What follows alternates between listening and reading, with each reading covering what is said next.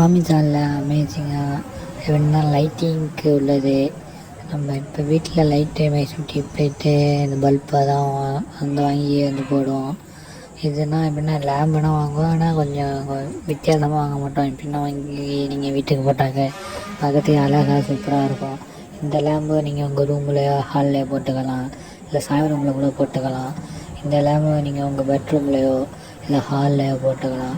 இந்த லேம்பு நீங்கள் உங்கள் கிச்சன்லையோ இல்லை டைனிங் டேபிள்லையோ வந்து போட்டுக்கிட்டால் பார்க்கறதுக்கு சூப்பராக இருக்கும். இது நீங்கள் உங்கள் ஹால்லையோ போட்டுக்கலாம். இது பார்க்கறதுக்கு அழகாக அருமையாக இருக்குது.